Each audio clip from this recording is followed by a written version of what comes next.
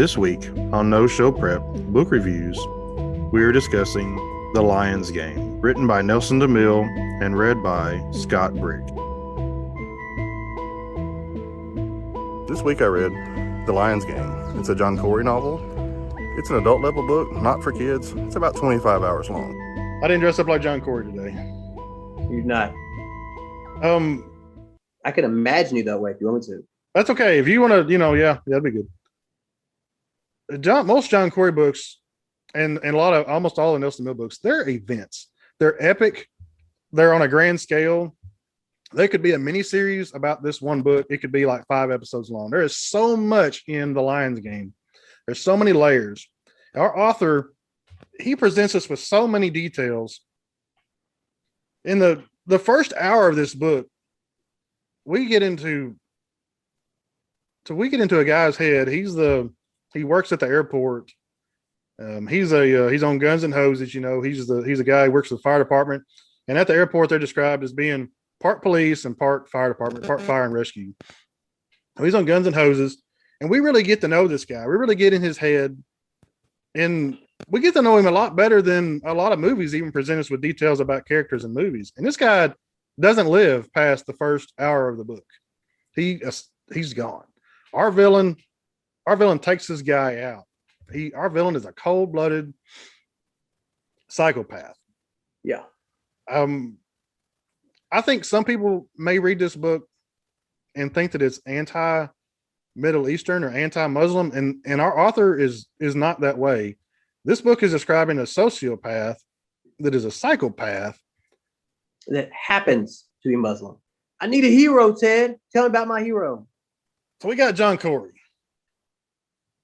John Corey's at the FBI, the ATTFs. They have a place at the airport. They call it the Conquistador Club. He's not real impressed with being there. He's already told him he wants to be on the Irish department. He doesn't want to be in the Middle Eastern. They're ribbing him a little bit. We meet Kate Mayfield, his future wife. He just doesn't know it yet. She's there. His boss.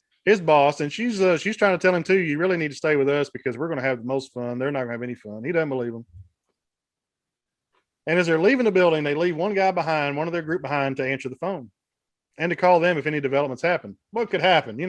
It's supposed to be a boring day. You're just getting a defector off a plane. What could happen? As John Corey's leaving the room, I have to tell you what he said, but then I just thought of something I was going to say. So as John Corey's leaving the room, he says to us, the readers, John Corey turns to us. He breaks the fourth wall, just slashes the fourth wall. John Corey turns to us and he says, I've often wondered how this would have turned out differently if I had stayed and not been the one that went. And I'm talking about this moment of the book is powerful. It's the last sentence in this chapter.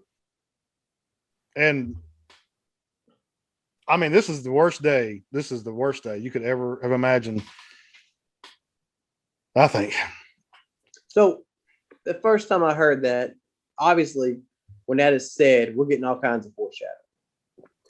But knowing John Corey, where we know John Corey, knowing how his brain works, and the guy he left behind is his buddy, but his buddy's a carefree, blah, blah, blah guy. He doesn't take things very seriously. As the developments happen and the radio and back, hey man, this is what's going on. I've also wondered, like, when he got the radio, hey, things have changed. This is different. This isn't what we thought. Did he take that moment and say, put that situational awareness on? Holy crap, things have gone sideways. Well, see, but he never gets notified that things didn't turn out the way they thought. He never does. He never gets the call. Oh, I thought they radioed back that there was something, that there was a problem. Nope. He never got the call. Whenever it was too late, because they just didn't know that. Because whenever John and Kate leave the group and they head to the airplane, they don't know that everybody's dead. That's right. They don't know that everybody's dead until they're I don't remember. They're on the jet.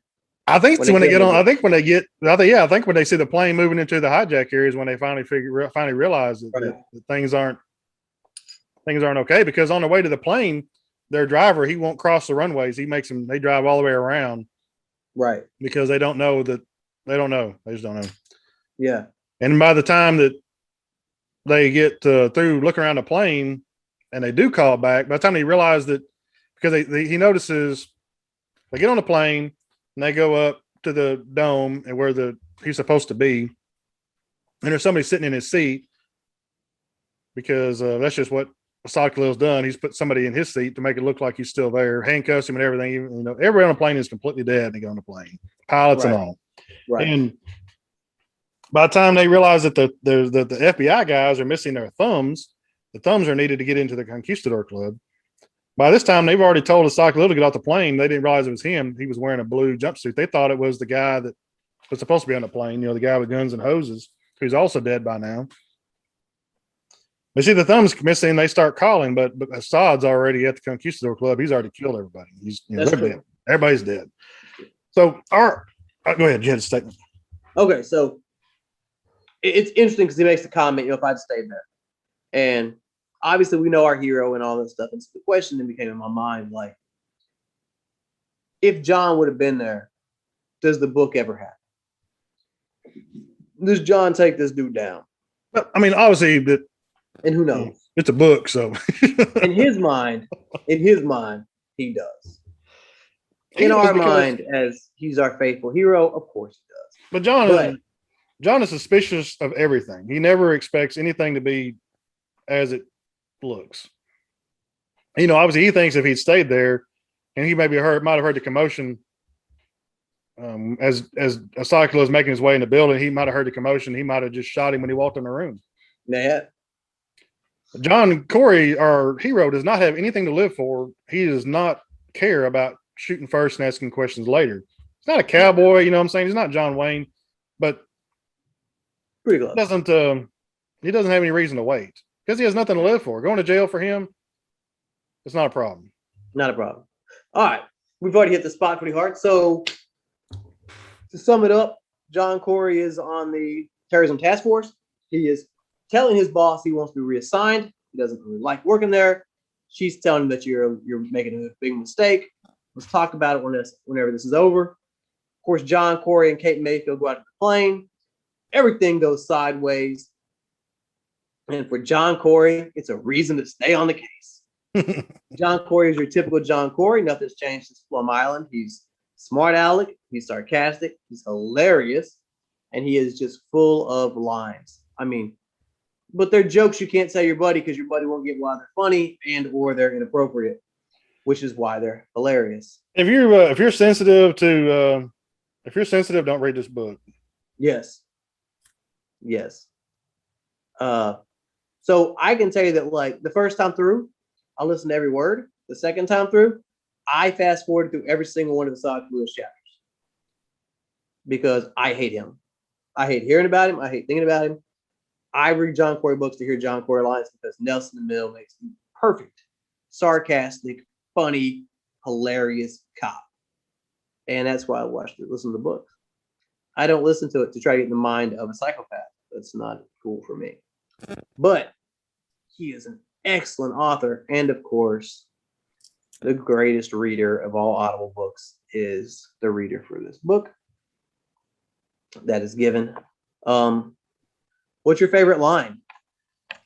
I don't have a favorite line, but I have lots of lines to tell you about. Let's go. What do you got? Job happiness is directly proportional to the distance you are from the home office. For someone who's on an island that is 3,000 miles away from his boss. I have not experienced that, but that's always been my fantasy. I've always worked at the home office. Somehow, I don't know why, man, but I've always ended up working home office. And the people that work in the satellites, they always think the guys back at the home office got it better. Nope. She asked me, was your divorce nasty? He says, not at all. The marriage was nasty. Dang. Yes, sir. I'm happily married. I'm not saying that. Just a funny line. You know why divorces are so expensive? I don't know. Because they're worth it. It says, are you smarter than you look? Did you ever have anti-terrorist training? Sort of. I was married. Something I really think is neat about how our author tells this story It is the book progresses kind of similar to 24. It's pretty real time. You don't watch a blank screen while they're sleeping. They don't sleep a lot because they're No. on the clock the whole way through the book, they don't necessarily notice that they're on the clock right away. Maybe this is how justice works. I don't know. So they have the episode on the plane. They get to Conquistador Club. Everybody's dead, and they look at each other and go, "We're fired." Yeah. They leave somebody behind to guard the store. They head back to town to the headquarters in New York. They debrief, and then they get on a plane the next morning and they fly to Washington D.C. And they spend like the entire day being debriefed over and over and over and over. And then we get more briefings from people that are, in the field, that are experts in the field, and it kind of adds along to the book. It kind of gives a lot of background, a lot of feel, a lot of feed. I can kind of see how that sort of would happen in a investigation like this. But we're almost a day and a half because they spend one half of the day at the office in New York. They go to bed. They spend an entire day in Washington D.C. and then they fly home. They go to bed. They're a day and a half behind Asad Khalil. He never stops. He's No. already killed people by the time they realize that. By the time we realize John Corey and Kate Mayfield, they're pretty sure that he's still in the United States. A lot of other people are saying no, he's gone. And we have some interesting players. We got a guy named Ted Nash. He's a CIA guy. He was left over from Plum Island. And George Foster. He's still in the picture, but he's the guy that stays at the Conquistador Club, so he's not really in this book. He was left over in Plum Island also. He does have a part in other books later on.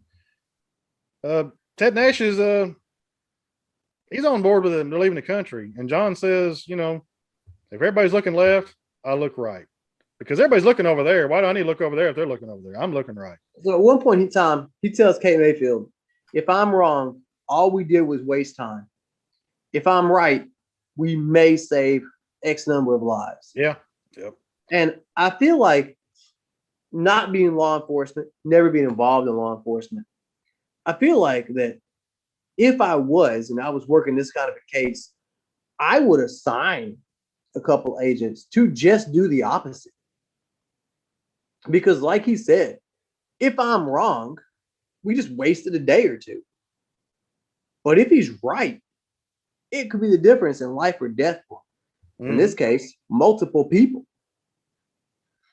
But so we lived through some scenes in this book that are really neat. We lived through Asad Khalil prior to the attack on Al Azizia. We lived through some scenes on the planes of some of these pilots that Asad Khalil eventually is chasing down to kill. We lived through the raid from the perspective of the pilots and from Asad Khalil's perspective and the aftermath when he discovers his family's dead in the compound in Al Azizia. We're with Kate and John. We never get Ted Nash's perspective. The author always leaves Ted Nash's perspective out because it's not important. What's interesting about our author presents a really odd look.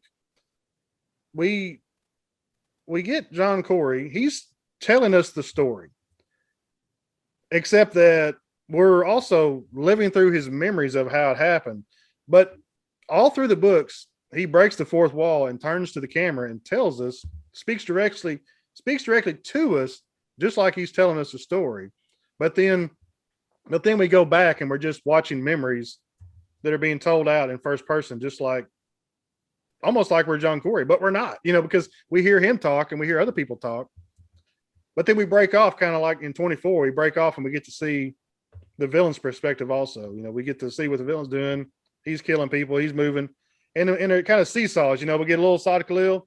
We get a little John Corey. We get a little more Asad Khalil, a little John Corey. We kind of stay together throughout the most of the book on the same timeline. It very, very rarely does one get ahead of the other more than just a few hours. And there's a lot of there's just so many detail. Like it's so packed. You get so much story from both. It could be kind of boring. I gotta say that towards the end of the book, when John Corey and Kate Mayfield, they're like falling in love and they decide to get married. And I didn't hit fast forward this time, but I was trying to get every word. I was trying to take one for the team, but adds to the reason for the ending of the book. This book could easily ended before it ends, and I will definitely not tell you how it ends because you need to live it. You just got to be there. This is not the best ending. It's in one of the Panther books. This book was released in 2000. This book is post the first attack on the Twin Towers, but it's pre-attack on the Twin Towers the second time. It's in the middle there. I realized this time through that he mentions the charm school. One of the first people that is prepping Asad Khalil for his trip to the United States is a Russian operative named Boris, who comes back up in a few of the books. Boris tells Asad Khalil that he was a student at the charm school and that he almost feels because he was raised at. So the charm school is another book. It is another epic event. I'm not sure how we can review it